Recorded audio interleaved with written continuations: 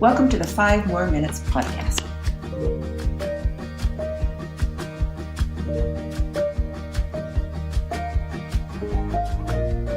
Happy New Year, everybody. This is Shelly Moore for our first podcast of the year. You may notice that my voice sounds a little froggy because I am just recovering from the cold. The flu season hit me hard. I was traveling last week. I was supposed to go to Yellowknife and I didn't make it. I got sick at the airport and had to fly home. So Yellowknife, if you're listening, I am so sorry I didn't make it to you, but I'll make it up. I'll make it up to you, don't worry. So it is the new year, and let's see, what did I do for Christmas? My family lives in New Jersey, so I went to Cranford. This was the first time that Jessica has spent Christmas with my family, and so it was great. She just took over the kitchen and helped my Aunt JoJo with all the cooking, and so I think everyone was pretty excited, and she made really, really delicious butter tarts. They were the best. And so, yeah, we came home, and now we are, right back into kind of the second half of the year here. And, it was interesting because I was kind of paying attention to social media over time, over the last couple of weeks, and noticed, a lot of people are kind of like jumping off of the New Year's resolution bandwagon. And I think it's really interesting because the theme that seems to be emerging over the social media platforms is really just to be yourself and, remembering that not everyone's going to be happy with you. So just to kind of go out there with your intentions and live life, which has been really good for me because, when you're in the role that I have and you're kind of in the public a bit with an education, not everyone's going to be happy with you. And some of the haters have emerged. And so it was actually a really good reminder to, to relive and revive my professional mantra, which has just been from day one to just, do what's right for kids, for all of them, and do what's best for ourselves. And as long as that's not oppressive, you do you, friends. And so I'm kind of holding on to that this year is, to keep doing what I believe and what we all kind of have come together to work towards. It was a little tricky because if you're in Canada, you also know that there was a really big news article released in the Globe and Mail. And it was tricky. I got a lot of response. Twitter was a flurry, people asking about my response to that article. And so it's basically, like the title itself was "Inclusion is Failing Our Kids." And so even just the title is triggering. So, I think that, we're in a battle right now, as, inclusion is trying to evolve itself into the status quo. But one thing I really took away from that article, it's really well written, and I think it tells a really true story. It talks about this one little guy, Grayson, but what I really realized in both the article and all the responses to the article is just what a big misunderstanding the world has about inclusion.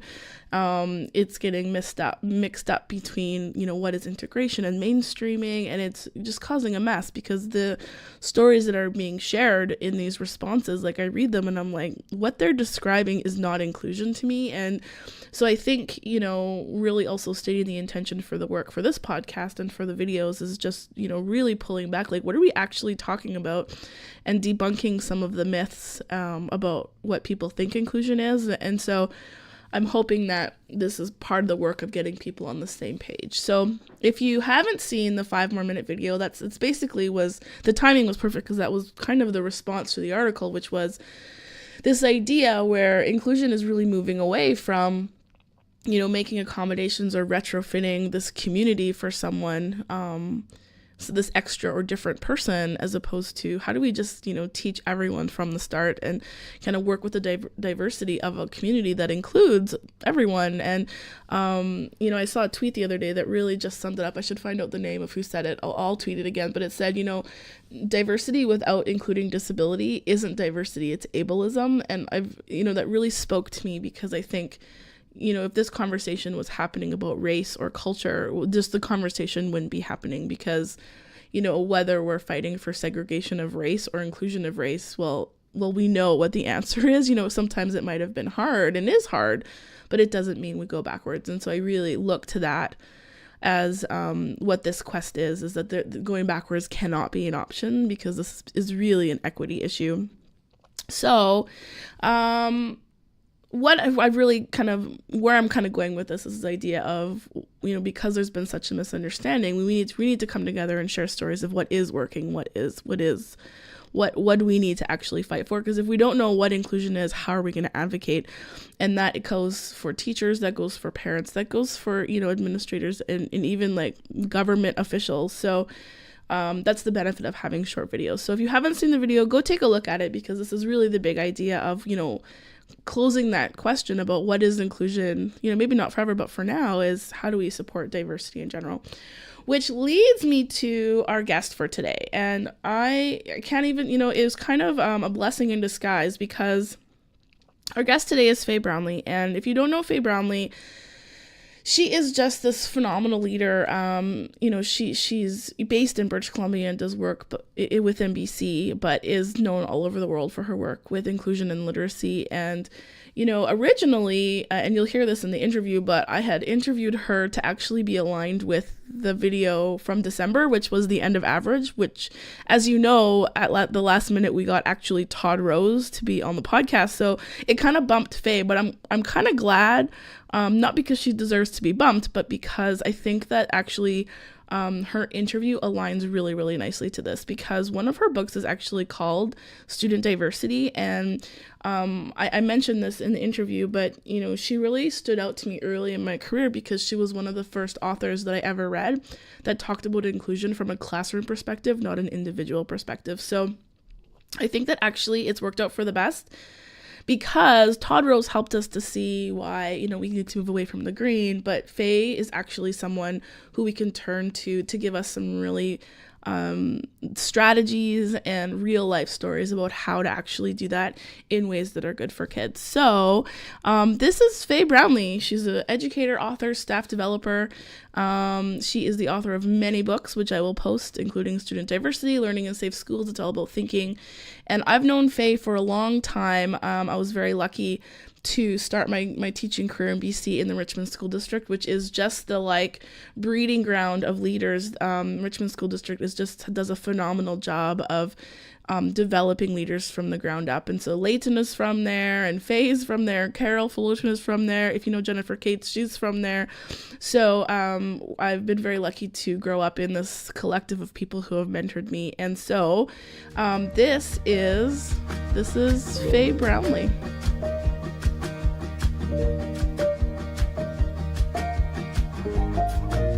Well, good morning, everybody. So we are, November 24th. We are sitting in Fay's lovely home and looking at the river, and it is a cold, blistery day in November. It is American Thanksgiving. And I was thinking about who to talk to for this month's podcast, and Fay Brownlie immediately came to mind. So hi, Fay. Hi, Shelley. How are you doing? I'm good. I hope you noticed I raked up the leaves. I did. I noticed the leaves. The best part about podcasts, Fay and I have both decided, is that both of us are in our pajamas. We are living large on this Sunday afternoon.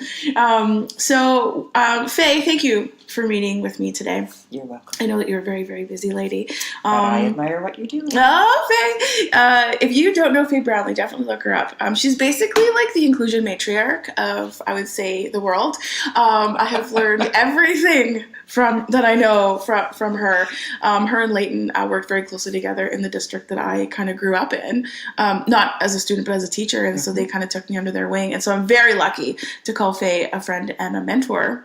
Oh, thank you. She's the only person who showed up in a fascinator at my wedding, and so she got big props for that from the family. Yeah. Ooh. I know. Yay. So Fay, today our theme for this month is really design. And the broad sense of the term, moving away from how do you design to just conceptually the importance of design on some really big fundamental big ideas in education. Mm-hmm. So we're not looking for a one-size-fits-all strategy. We're kind of looking at it more as a, how can this influence us in the day-to-day life of how we see kids and how we see classrooms. Yes, see, aren't you perfect for this? Yes, I'm liking this because it's what I would call a mental model. It's a mental model. We have to have a mental model of what counts in teaching and learning. See why I'm talking to her? Okay, so the 4 questions that are connected to the video that was released earlier this month, because we use the metaphor of the airplane, which you've heard before, right?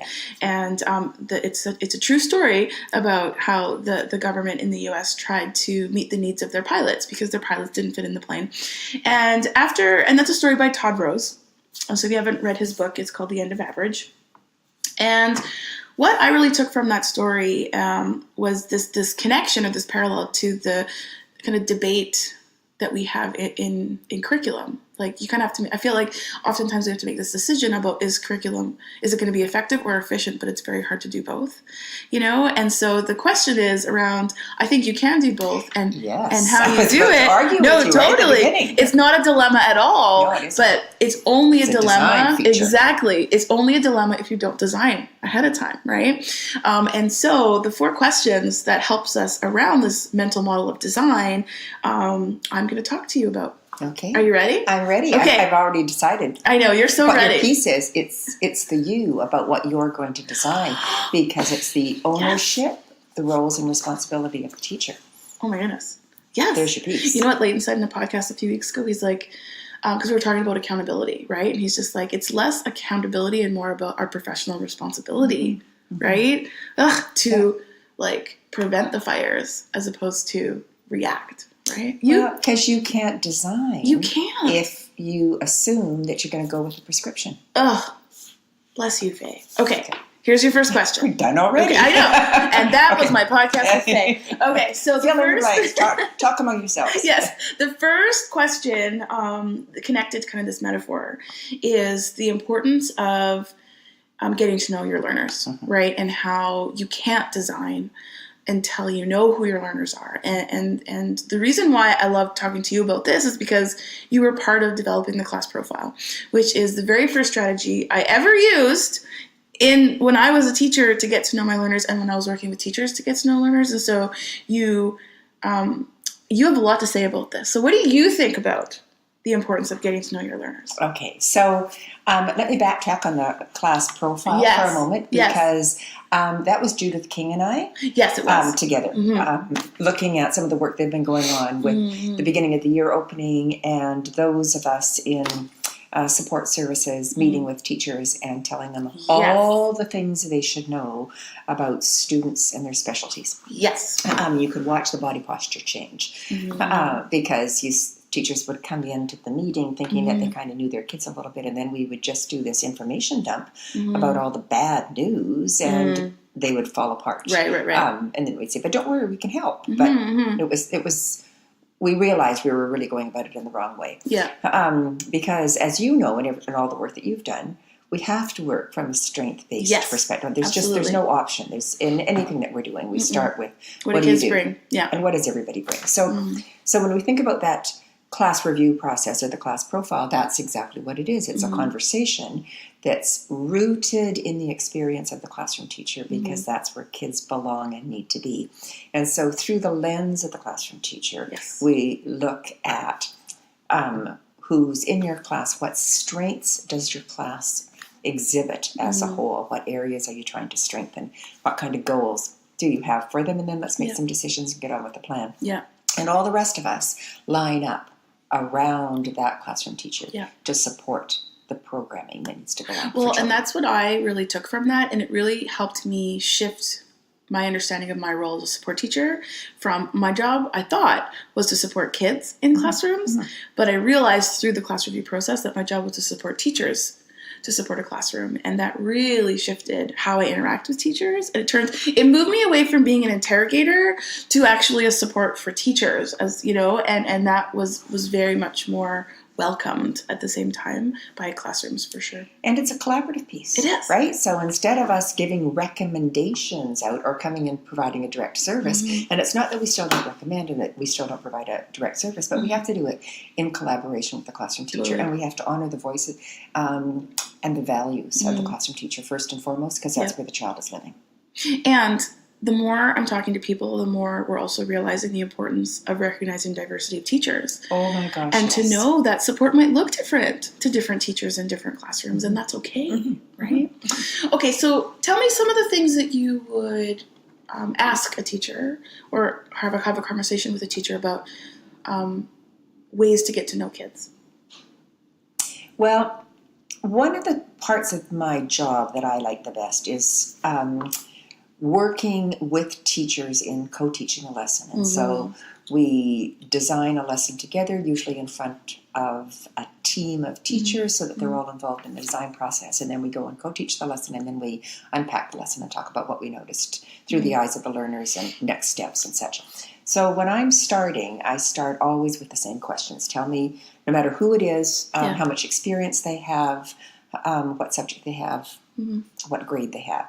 My first question is, tell me about your class and the strengths your class exhibits. Very much like the class review. Yeah. Tell me about what areas you're trying to strengthen with your class. Tell me what you would like to get out of the lesson when you and I are working together and planning together. And tell me about big ideas or themes or passions or topics that you're currently working on with your students that we can make our work together fit better into the context of what life looks like in there. And then once we've got that on the board, we can start to make decisions. You know the community, and you can, that's so true. And so how does that process impact design? Well, I think the whole design process has two major chunks to it. One is, it's like a balance beam. So you've got this balance beam going, and on one end you have the learners, and you have to figure out who those kids are and what they're bringing to the process. And on the other side, or the other end of the balance beam, you've got the curriculum. Yes. And you have to figure out what is it that you're trying to teach. Oh my goodness, this is going into my next question. Yes. And so as a teacher, you have to do both. Yeah. And so you have to figure out who these kids are, and you have to figure out what you're teaching. Yeah. And then when you've got those two things figured out, then you design. And what your piece is your design piece is you running back and forth on that beam, because you make a plan. You have to, Leighton's phrase, no plan, no point. It's true. You make your plan, but your plan has to be responsive, because your plan changes constantly all the time based on what your students are doing. So your goals don't change. Part of your plan is your end target. It's your teaching with the end in mind. So you have to have decided that. Otherwise, you just wander aimlessly and you fall off that beam. Yep. But you start with that piece. You've got your end. And then you keep saying, okay, I'm trying this. How are my kids moving along on that? I may need to redo. I need to rejig something.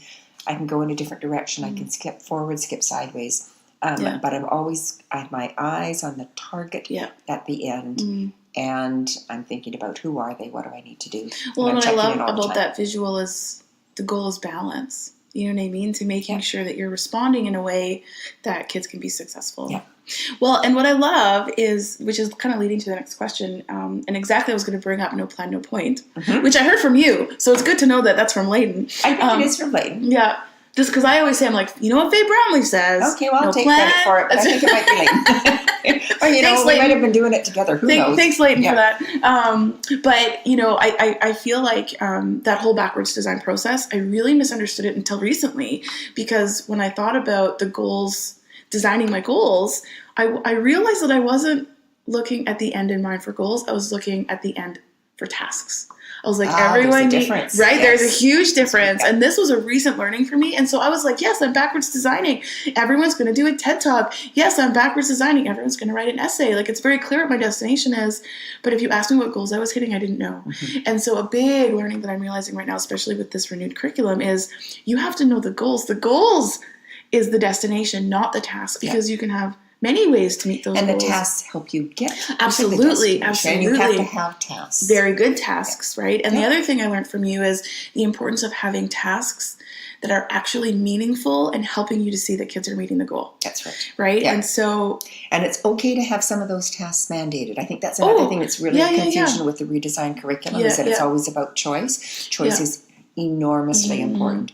But we can't set kids up for failure by not having some of these pieces be some of the mandated pieces. And I said, so it's a It's a balance. It's totally a balance. And you talk about often the word stretches, right? Mm-hmm. And this idea of, how do we use our strengths to build our stretches? And I like what you said about strengthen, and I think about a muscle, right? Mm-hmm. Because there's a big misunderstanding that, they're not good writers, they don't have to write. Well, no, everyone still has to write, but it's also knowing that really well-designed tasks give opportunities for kids to show they're learning in multiple ways, right? Absolutely. And so they don't have to rely on a muscle that needs to be strengthened. Well, and I would say, because that's another major passion of mine, is is literacy. Yes. And I think that's another part of getting to know your kids, is that I need to be starting at the beginning of the year and checking in all the time to see what strengths do they bring as readers and writers. And so my work with performance-based reading assessment, with DART and the early primary reading assessment and the French immersion one, it's all based around that. When we work together, we can give a common piece of text in an authentic teaching situation, building background knowledge, giving everybody an access point.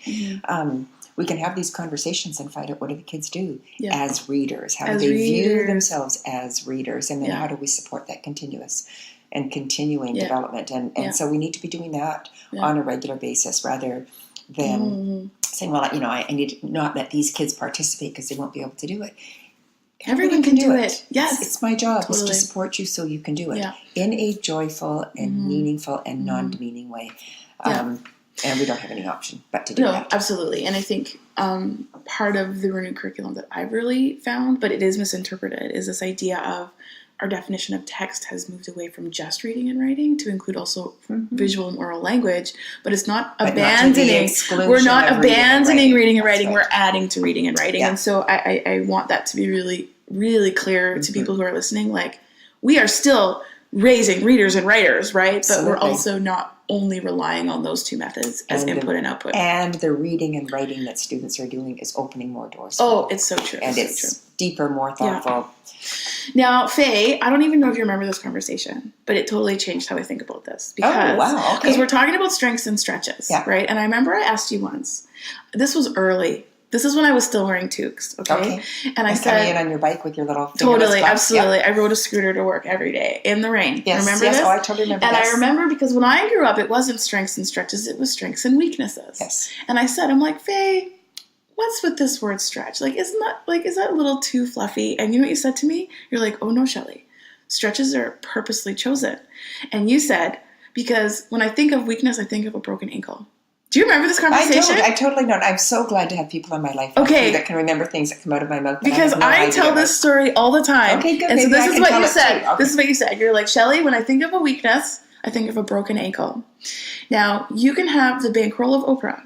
Once you break your ankle, it'll never be as strong as it was. A stretch hurts, but the more you do it, the stronger you get. That's what you said to me. Ooh, isn't that good? I was having a good day. You were having a great day, and I've always held on to that because when I think about, because we're moving into goals now, this conversation about goals, and often the goals I was choosing were goals that kids couldn't actually do anything about. Because in special education, this whole deficit model, I'm like, oh, you have a learning disability in memory. Let's fill your IEP with goals about memory. That's not what this is about, right? This isn't about working on things that kids can't change. And we understand this in the physical world, right? We don't understand this in the intellectual world. And so that really, really helped me to say the goals we're setting for our class are things that are hard, for sure. They have to be. They have to be hard. They're absolutely. We have high expectations for everybody. Totally. But these are things that make you stronger, not just remind you that you can't do something. And make us stronger collectively. Totally, yes. Well, it's like I was in Yellowknife a couple weeks ago, and Carol had just been there. Carol Fullerton. Yep. I'll get her on here one day. Yes. And she had made her her learning intentions for the class we can statements instead of I can statements. And I'm like, that is so cute. Well, why not? We can do this. We can do this together. And that whole idea of that collective goal and that collective support and that collective community, it is just as important as it's everything. Absolutely. It is everything. Absolutely. And I think this actually leads to the next question, which is, within the we, where do I stand, right? And I've had many, many conversations about kind of the old language of adaptations and modifications and what accommodations do kids need. But those are all things you do after teaching has happened.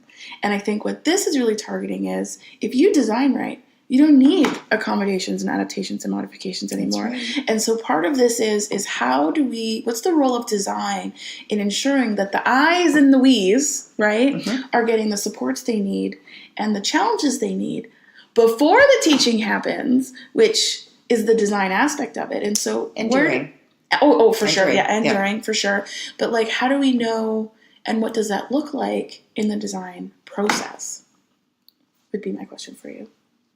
Well, I think it's back to thinking about, you're back to your balance of learners and curriculum. So what is it that I'm trying to get them to learn? And then what do I do to set up everybody for success so that they believe that they can participate? Yeah. They understand what the rules of participation are, the expectations of participation are, and they understand what it is that they're trying to achieve. Totally. It has to be so clear. And then if I can do that in a... It's not the joyful way, in a way that makes kids want to participate. Yeah. I think we can get our learners to do anything. Oh, I totally agree. But we have to market it. We have to make it desirable. We got to sell it. We do. And it doesn't mean that it has to be a big razzmatazz, flashy dance piece, but it has to be looking. We have to think about, is this something that kid, this group of kids would want to participate in? Because if they don't, have success. All we have is compliance. And who cares? And that's never the goal. And I think, I find the biggest, when I'm working with kids who have difficulty, the biggest supports for them are finding success early. You know what I mean? And building on that, because it's that whole zone of proximal development. And if it's too hard, they're just going to shut right down. Absolutely. And I think everybody's innately curious. If they think it's safe enough to be curious. And so I can give you a tiny example of this. So I was introducing the DART reading assessment to a group of grade 8s, a group of grade 8 teachers who hadn't done it before, just last month. And the class that we were going to be doing this in was a pretty complex class with real variety of kids. And it just happened that the day it was all organized to do it, the classroom teacher was absent. So we had a TTOC in the rooms, which of course, shifts things around. And grade 8, as you know, in BC, is the first year of high school in many places. And so it just adds another layer of angst for students. And it was new, so we all come sort of flooding into this room. And the passage that the students were going to be reading was about roller coasters. It's called Thrills and Chills. So there's no point in starting until you actually care about finding out about roller coasters. Right. Doing all this stuff, and I'm doing a little whip around where everybody has to tell me, something about, tell me a roller coaster story that you have. Do you like them? Do you not like them? Just make some comment about roller coasters. What do you think? And it takes a while because you can see pretty quickly in this class. Remember, the classroom teacher's not there, so there's not anybody who's sort of more expert on these kids. You can see the kids who see themselves as successful. They've got lots of things to say, and they'd like to say several things. And I'm saying, oh, no, you only get one until we've heard all voices. And there's a little group that are pretty reticent to speak. And there's one guy who's really reticent to speak, and he's pretty identifiable because he's got his hood up, and he's got his cap on, and he's looking down. And it turns out that he has not been on a roller coaster. But I eventually get his response and the hoodie off. And I said to him, okay, I'm going to tell you about 2 roller coaster experiences that I've had. And if I have to go on one of them again before I die, I need your advice on which one should I go on, because I was like super terrified, and here they are. And so I explained them to them again. And of course, everybody's trying to give me advice about what to do. And I said, no, I want to know yours, because you are the person who hasn't been on one of these yet. So you know differently than anybody else does. And off he was, ready to go. And then when they started to, because that's all he needed, was a way in, because he knew things differently than anybody else did. It gave him status. But Faye, that's the piece. But this is an assessment. Aren't you building their prior knowledge? Isn't that cheating? It's supposed to be. What's the point of assessing something if you don't know what you're being assessed on? Or you haven't already been welcomed into the community. It's almost like that whole thing about supports aren't cheating. Assessments shouldn't be about teaching. It shouldn't be about cheating. We're not trying to sort you into categories. And did everybody hear that? Did you ever hear that? Did everybody hear that? Honestly, it's my biggest question. And I think, people think that they're not allowed to have these conversations and are allowed to build kids up, and they're not allowed. Don't I start. I know. Don't it's so unfortunate. Teaching if the group isn't with you. Why would you? Totally. It's it's totally get wrong. Get them into it. Get them excited. Yeah. It's okay. Well, it's and then the thing that was really funny about this is that then I didn't know all the adults in the room, but it turned out that we had a couple of educational assistants in there, and one of them in particular works with some of these kids. And so the minute they got their booklets to start reading, one of them moved in to help this boy read. Yeah. And I'm waving and saying, no, don't try. Let him try on his own. And he did not want any help to begin with. And then you could see her approach, and he's getting his back up and the hood comes back on. Right. Get away. No, totally. You'll be fine. We underestimate what our kids can do. We do. And I find sometimes without that kind of boost, that it doesn't matter what supports are available. If the task isn't accessible, they're not going to buy in. And so then this, and we think that people if the task isn't accessible. Exactly. Yeah. That's a good point. There's the academic piece and there's the emotional piece, and they're not separate. It's our focus on social emotional learning. It's not a separate thing. Mm-hmm. It has to be how we teach. Mm-hmm. If we're going to really look at that whole design model that's who's there. Oh, okay. So we've talked about getting to know our learners. Yep. We've talked about the importance of knowing the goal. Not just the task, but the goal. Mm-hmm. And now we've talked about kind of the importance of supports, right? It's important of support and also challenge, both ends, absolutely. Right? Both ends. Yep. So now the part that is becoming, I think actually this last question is really what makes the new curriculum different from the previous, and that's that whole concept of, for a very long time, I think us as educators have been the ones who have been making the adjustments for the kids in terms of what supports they need and what challenges they need. And so the fourth question really connects to student agency and self-regulated learning, where it's not about regulation to be compliant. It's about, what do I need to learn, right? And really getting kids involved in that process. And so I'm wondering what your thoughts are and the importance of, through that design process, the involvement of kids. Well, I think it's whenever kids are working on any task, the place that we should be is moving around, having one-on-one conferences with them. Mm-hmm. And I think the framework that I have in my head when I'm conferencing, no matter what the task is I want to stop with the student, and I want to be eye to eye with them, and I want the student to be able to tell me what's working and what I'm doing just now. I love that question. What's not working as well as I would like it to be, and what is it that I need to be doing? Yeah. So we're starting with student agency. It doesn't matter who it is doing and what it is that they're doing, that I need to have that framework in my mind. So when I stop by the spot where you're doing your work, I can say to you, so tell me what it is that you're doing, and what are you trying to do, and is there something in here that I can help with, or I can give advice, and I'm great at giving advice, but I don't want to give advice until I've found out what the kid thinks they're doing well at already, and then I can say, building on that, it's the strength piece, building on what you're doing here, I wonder about this piece. So I'm not saying you have to do this, I'm saying I wonder about this piece, because if you did this, or if you did this, would this happen, so that the agency stays with the student. And the more I do that, and it doesn't matter about the age or the ability of the students, the more I do that conversation constantly with students, the more they gain more agency, so that when I come round, I'll say, look what I did here, right? Here's what I'm proud of. You should notice this. And here's what I'm wondering about. So we teach kids to do that right from That's true. the beginning of time. That's true. It's a conversation. So it's all about agency and and I love that. Self-regulation. And I can't take it over. No, you can't. But I don't let them off. Right. So it comes to, it's a formative assessment question all the time, but it's based on success criteria and having goals, because I can't have those conversations. And that's a really good point, because if they don't know the goal, they're not going to know why the task is important, right? And I love that. Or how they're doing. Right? And what's next? Yeah. Those three questions. Because you said, what are you doing? Which Leighton and Deb will tell you that understanding the task is one of the most important parts of self-regulation, of learning. So what are you doing? How's it going? And kind of what's next? What can I help you with? Those are and they're conversational. They're dialogues. You see, so that's sort of spinning the self-regulation wheel. And then if you shift that and spin the formative assessment wheel, it's what's working, what's not, what's next. What's working, what's not, what's next? That's what we say to teachers all the time. Yeah. Oh my goodness. It's like they're little humans. They're not just little robots. They just need to and be believing that they can actually do that. They really can. We have to teach them how to do that. It's so true. And I think that the pushback that I've ever gotten from teachers around those questions is like, well, they don't know what to say. And I'm like, well, then we have to teach it. Yep. Right? And so it's sometimes, because they're, you know what I mean? Like, how kids are being taught now are not how we teachers were taught. Right? Like it was monologue. It was not dialogue, which is from Donna last week. That was a good one. You know, it was very much this transmissive approach of just do what I say and listen to what I'm telling you, like empty vessel.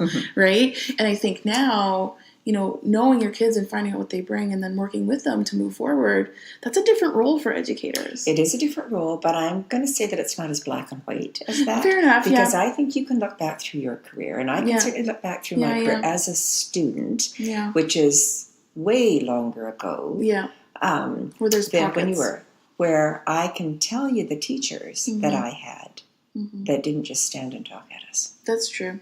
Right? So I think that we've sort of got the perfect storm that's happening just now. Is that we've things got are coming together. Official recognition that these things really count. But I don't think I think it's been there for a long time. Yeah. We just haven't had... It was on the edges. It's been more peripheral, and it's been, hopefully, we'll have this become more systemic rather than in isolated pockets. But it's building from a lot of really strong bodies of research that have been out there for a while, the cognitive psychologists, the social constructivists. That's so true. You know, those pieces, and so it's making the implicit more explicit. Yeah, so true. It's so true. Yeah. Well, Faye, I have one last question for you. So a question that I often get is a request for thinkers and really good accessible resources that teachers can look at if they're interested in more of these ideas. Where could they go? Now, this is when I'm supposed to do unadulterated flogging of our books. Well, okay. Well, I will do it for Faye. So if you don't know Faye, some really great resources, I won't make her say it, is Faye is the author of many incredible books that were my Bibles when I first started teaching, that are all, and you know what, I will say this, the first book I read of Faye was Student Diversity, and it was the first book I read about inclusion that wasn't about individual students. It was about the class. And so that is kind of what turned me on to the work that you do. Because you talk about everybody. You don't talk about how to retrofit a class for an individual, which to me, what inclusion communities are. And so please look. And I'll put some links up to Facebooks for sure. Because they're very practical and they're very accessible. Faye, absolutely. And so then who do you look to for your inspiration and thinkerness? Well, I think I look to people more than I look to books at this stage. And perhaps that's because I've been doing this for a long time. Yeah.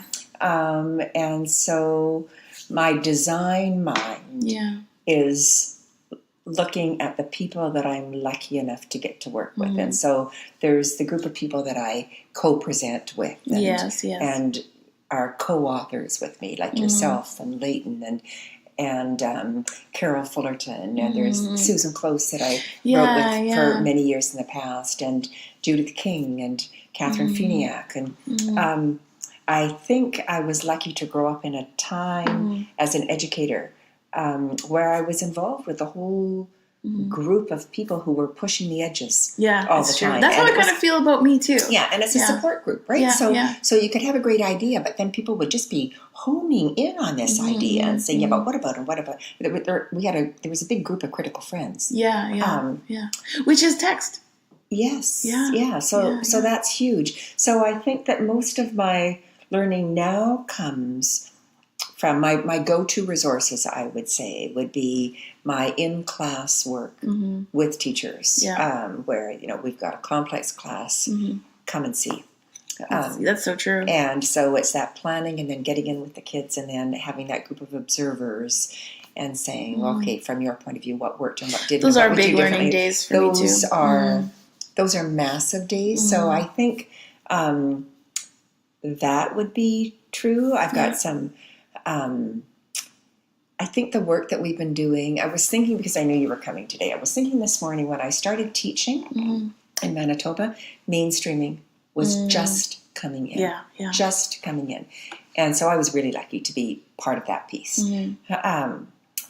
And then it's just grown. It's grown and rolled over, and you track that so nicely in your work, in that whole conversation about how it's shifted. But I think about, I've never thought of everybody not being together. Right. Like that's just my reality. And even when I worked as, I guess even had a special class, sort of, for a while in junior secondary, and when I worked in learning assistance, and when, my little stint at being gifted whatever in the district, it's just always seemed to me to make sense. We live in a society where we're all together, so why wouldn't everybody be together? So so I don't know how that ever came into my brain, but that's just, it's a given. It's a given. So I find when I'm reading about inclusion often, I'm kind of wanting to do get with the program. These are old thoughts and questions. Well, and that's why move forward. And that's why your book was so important to me, because that's exactly what I noticed too. Like if you look up many special education or inclusive resources, it's about how to include one person into a community that's already existing, right? And so instead of starting and saying, "Who is this community?" Everybody, right? This is the community. Let's get going. Regardless of who they are and what they bring and what their strengths are, and So I guess if I were thinking back to so then who would I read? I would spend more time reading in the field of literacy, or assessment. I'm intrigued by Hattie's work. In assessment. I'm just always looking at how that layers in, what is he finding out, and literacy-wise, I've the work that Jeff Wilhelm does around inquiry is just it's lovely, and it's accessible for everybody. Some of the work of Pat Johnson and her co-writer, and what they've done in early literacy and catching readers before they fall is just. There's some really fundamentally good pieces that are for all kids. That are for all kids. They're not different, and that's I guess that's the thing, is that that's something that people worry about so much. Behavior, which I think decreases remarkably if what you're being asked to do is desirable and possible. But there's the other piece let's just give you good stuff, good books, and good writing, and get you away from those prescribed programs which drive me stark raving mad. I know. And deal with the world, of making sense of the world around you, which is what literacy is all about. So there's just some really, really good stuff and people in there, and I've missed a whole bunch of names, but I can't think of them at the moment. Well, I will definitely. But that's the piece that I think. Totally. And what I like and what I hear is, the influences in your work are collaborative. Yes. Because the work is collaborative. Because right? The work and you is can build on ideas and literature and research and all these things. And Leighton said this the other day too. He's like, practice isn't research based, it's socially constructed, right? And we can build on research and practice and literature, but unless you're considering the context and the practice in the day-to-day, then you can have effective practice, but it's not wise practice. No. Yes. And that's the piece. And so that's the part that I love is that, so come in here, work with us. Yeah. Here are the things that we think we can do. Here are the things we think we can't do. But it's and let's figure it out. And it's the responsivity of what you're bringing and what the kids are bringing. And what the teachers are bringing. Yes. Right? And there's so many really fabulous educators in this province, and I do lots of work in Manitoba, and I would say, and there's fabulous educators everywhere. Yeah. But I'm going to go back to that initial comment that we started with. If you don't have a mental model of what counts, that's where the research comes in. So I can do that piece. I can say, here's some things that we know from research. Let's see what that can look like. Yeah. And let's layer that into the practice. But let's look at that piece of saying, who's here? What are we trying to do? And then what do we do together? Yeah. And as soon as we're working together, we know enough collectively to teach every one of those kids. That's my favorite quote of yours. I mean, I know I've said that 25 times in this podcast, but it's true. Individually, no one knows everything. Yeah. Collectively, we do. know enough. Yeah. So let's get on with it. Let's do it. Well, Faye, that's a perfect, I think, wrap up to our conversation. Thank you so much. You are so welcome. Oh my goodness. I think after anyone hears this, you're going to be like, bring Faye back. And so I have a feeling that me and you will be having another conversation in the not so far distant future. Sounds grand. Thank you, Faye. Any last pieces of advices for the world? Find a friend who thinks like you or who doesn't think like you, but someone that you can carry on a conversation with on a regular basis. What are you doing? True. How's it going? How can you make it better? Just like the kids. Thanks, Faye. You're welcome.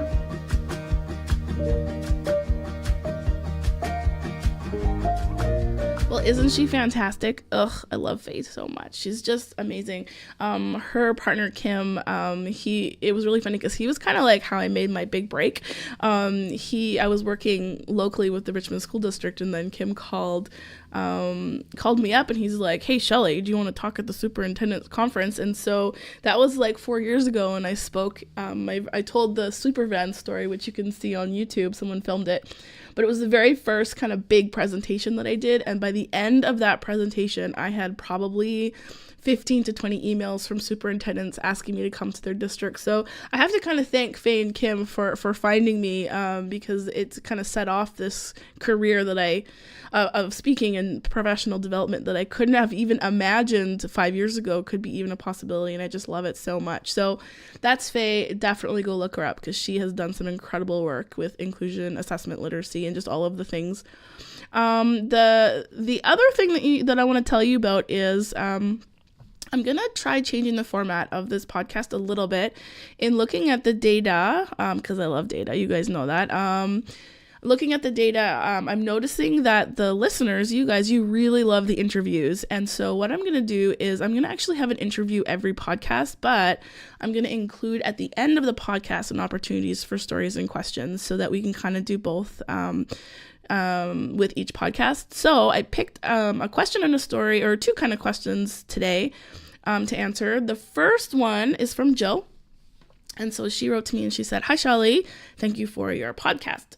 My question is, I have been hearing the term congregation lately, and I saw it mentioned again in a response to the Globe and Mail article, and the author seemed to associate it synonymously with segregation, in meaning that sometimes segregation is good. Does it mean the same thing, or are congregation and segregation different? This came through in my email, and I was like, whoa, that is a really good question, because I was also working in the eastern United States, and this question came up too because there's actually some policies that have been created to reduce congregation, and so I had to kind of do some work on this to be like, well, what actually is the difference? Because there's also a lot of questions connected to the deaf community, like, are they segregated? And so in looking kind of like the difference between this, when I saw the word congregation, like what it reminded me was going to church. Like, we were called congregations. And that kind of like helped me kind of figure this out, because I know that in the work around segregation, we know that what that was really targeting are situations where a group of people are forced apart, but they're forced apart by a person who's not a part of that community. So that to me doesn't include the deaf community, because the deaf community to me, in many situations, they've kind of formed a community within themselves by choice. However, if me as a hearing person say, all you deaf people go over there, like, that's absolutely segregative. And so this word congregation is associated more with that idea of a choice community or a community of identity. And in that way, that makes sense, because if you think about going to church, you're choosing the church that you go to, and that's your congregation. In a similar way, the deaf community, they're congregating by choice. And so I think the biggest difference here between congregation and segregation is that who is actually making the decision to group those people together? Is it decided within the community, or is it decided by somebody else? And the other reason why this is important is because one of the responses to the article of the Globe and Mail, what the writer was saying, I think it was about, we know inclusion doesn't work for kids with complex needs.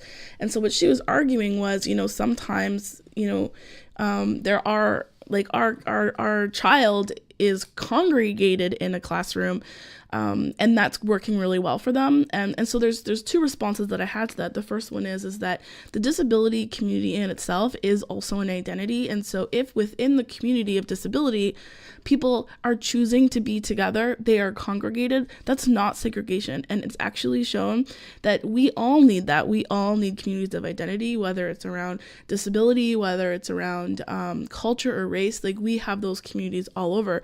The problem is that often we don't see disability as an identity, we see it as a deficit.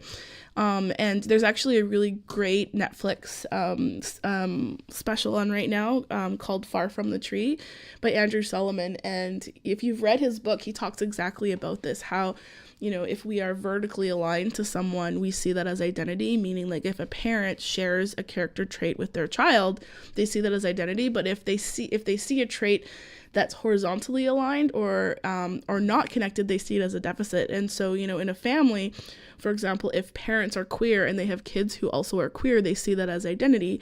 But if the parents are not queer and then they have a child who's queer, it's, you know, historically been, well, something's wrong, we need to fix it. And that's definitely getting better, but that's not the only group that happens to. And so, you know, rolling over to education, what's often happened is within the teaching community, if we look at our kids and they're not like us, we've often historically seen that as a deficit. And so, you know, I think that word congregation is actually really, really important, because even when I was, you know, working towards inclusion in the high school I was school-based at, there were times in the day where my kids wanted to be together because they were best friends with each other and they all had cognitive disabilities. It just wasn't all day. And, you know, I think I'm doing some research around what are some like meaningful ratios to help guide program placements. But I think the question is less about, you know, does it or does it not happen, but what's a meaningful combination for all kids? But I don't think any of those scenarios are segregation. And so I actually agree with the response saying that, you know, there is a time and a place for kids with disabilities to come together, but that doesn't mean it's not inclusive. And so again, it's just a misunderstanding of the term inclusion and a segregation, because to me, there's no place for segregation anywhere in our school system. So that's my long-winded answer, Jill. I hope that helps a little bit. And if you're out there in the school, I think that, you know, I think it's okay to tell yourself that kids can be together sometimes. You know, I think it's less about what the place is and who's there, but what's the criteria of creating that space. And just because kids are together with a like identity doesn't mean it's not inclusive. And I think we could have a whole podcast about that. So stay tuned. The next question is from Bryn. So Bryn says, I was listening to your podcast the other day, loved the topic and loved the interviews. Anyway, I have a shoulding conundrum. Okay, so this is connected to the Don't Shoot on Me video. So Bryn says, I'm hoping you can give me some thoughts on this. I am a learning assistance teacher in a 6 to 8 middle school, and we have a young man in grade 8 who is struggling academically. A quick look in his file tells me that he has been struggling since early elementary.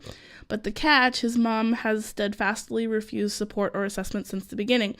In talking to her, which is a challenge as her relationship with the school system is very broken from so much negative feedback over the years, I really think that what she's saying is, please don't should on my son.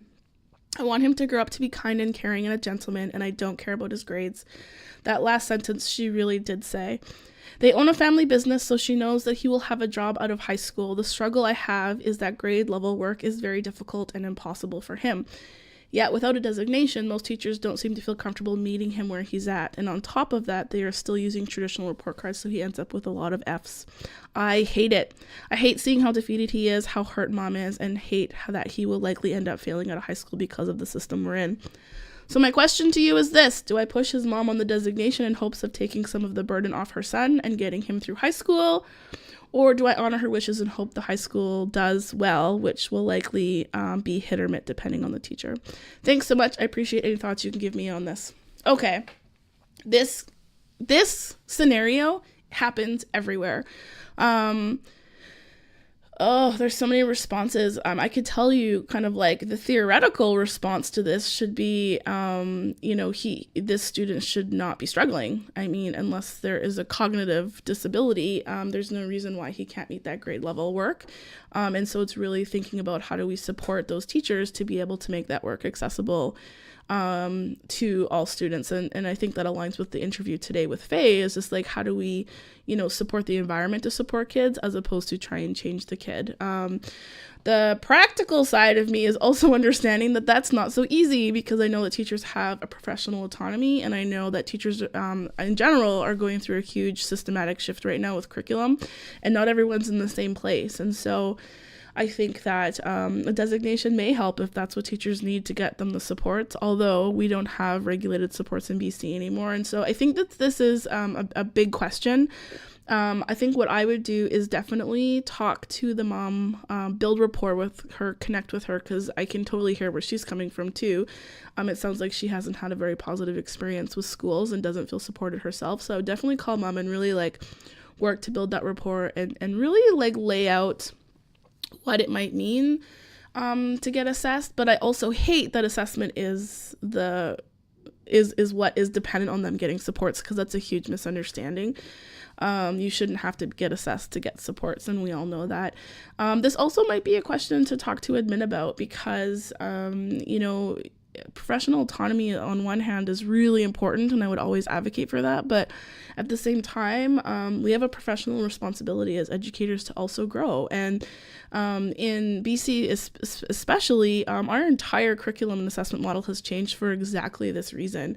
I saw a stat the other day that said 67% of kids in BC who are on modified programs don't have cognitive disabilities. That is so high, and most of those kids are exactly the student in this situation who is modified because the school's not working, not because they actually have a cognitive disability. And so I think that this is definitely a conversation that is bigger than you, Bryn, and I think you should reach out to some support within your school and your district, and see how we can support not just that kid but that teacher to really meet the needs. Because I also believe that if teachers aren't evolving, it's not because they don't want to. I think they just don't know how, and they don't have the support they need to do that. So I think also touching base with teachers to say, what can we do to help you to meet the needs of this kids, as opposed to making them the bad guy? Because I also don't think that that's good either. We have to support each other for sure. Whew. Okay.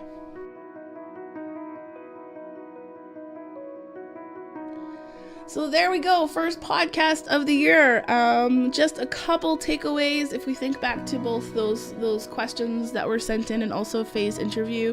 I think the big takeaway is really just the importance of we have to start looking at all our kids from the start, where we for so long and have been forced to assume that kids are all at the same place and they're ready for this curriculum, and we just have to stop assuming that. And I think that the Inclusion 2.0 is really advocating for that, is how do we actually take curriculum and make it accessible and challenging for the kids who are actually in front of us, not the ones that we think should be in front of us. And so the 4 questions that we reviewed with Faye in how to do this, and we're actually going to dig into these 4 questions over time, but how do you design to diversity? Number 1, we have to get to know our learners. We have to figure out who they are, what are their interests, what are their strengths, but also the teacher in that context. Who's the teacher who's working with this group? It's a whole community. If there's support staff there, they're just as critical to that question. The second, we have to know the goals. There's a misunderstanding that moving away from standardization means we're abandoning curriculum and the rigor of curriculum.